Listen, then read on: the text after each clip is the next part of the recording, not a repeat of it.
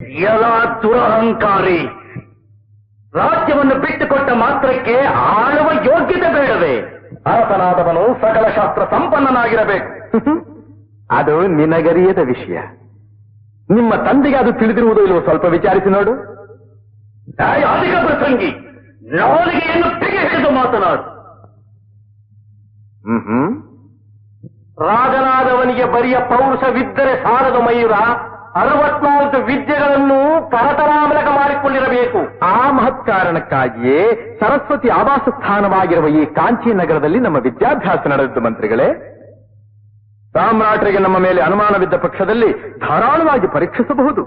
ಪ್ರಜೆಗಳಿಗೆ ತಂದೆಯಂತಿರುವ ರಾಜನ ಬಂಧುಗಳಾರು? ಸತ್ಯ, ಜ್ಞಾನ, ದಯೆ, ಧರ್ಮ, ಶಾಂತಿ, ಕ್ಷಮೆ. ನಿಜವಾದ ಜ್ಞಾನಿಯಾದ ಪರಸ್ತ್ರೀಯರನ್ನು ತಾಯಂತೆಯೂ ಪರದ್ರವ್ಯವನ್ನು ಮಣ್ಣಂತೆಯೂ ಸರ್ವ ಪ್ರಾಣಿಗಳನ್ನು ತನ್ನಂತೆಯೂ ತಿಳಿದಿರುವವನು. ಶರೀರಕ್ಕೆ ಪ್ರಧಾನವಾದದ್ದು ಶಿರಸ್ಸು, ಇಂದ್ರಿಯಗಳಿಗೆ ಪ್ರಧಾನ ಕಣ್ಣು, ರಾಜಸಭೆಗೆ ಪ್ರಧಾನ ಪಂಡಿತರು, ಕ್ಷತ್ರಿಯರಿಗೆ ಪ್ರಧಾನ ಪೌರುಷ. ನಿನಗಿಲ್ಲದೆ ಇರುವುದು ಕುಮಾರ ಎಂದು ಯಾರಿಗೂ ಕೆರಕನ್ನು ಬಯಸದ ಒಳ್ಳೆಯ ವ್ಯಕ್ತಿ ಯಾರು? ಹುಟ್ಟದೇ ಇರುವ ಮನುಷ್ಯ, ಸತ್ತು ಹೋದ ಮನುಷ್ಯ, ಚಿತ್ರಪಟದಲ್ಲಿರುವ ಮನುಷ್ಯ.